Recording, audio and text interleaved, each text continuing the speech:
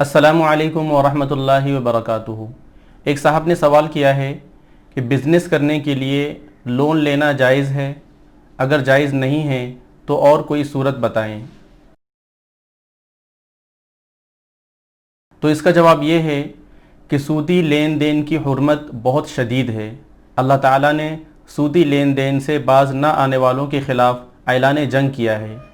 इसलिए शदीद ज़रूरत के बग़ैर सूद पर मबनी लोन लेना शरअन जायज़ नहीं है, खा बिज़नेस के मकसद से लिया जाए या किसी और मकसद से।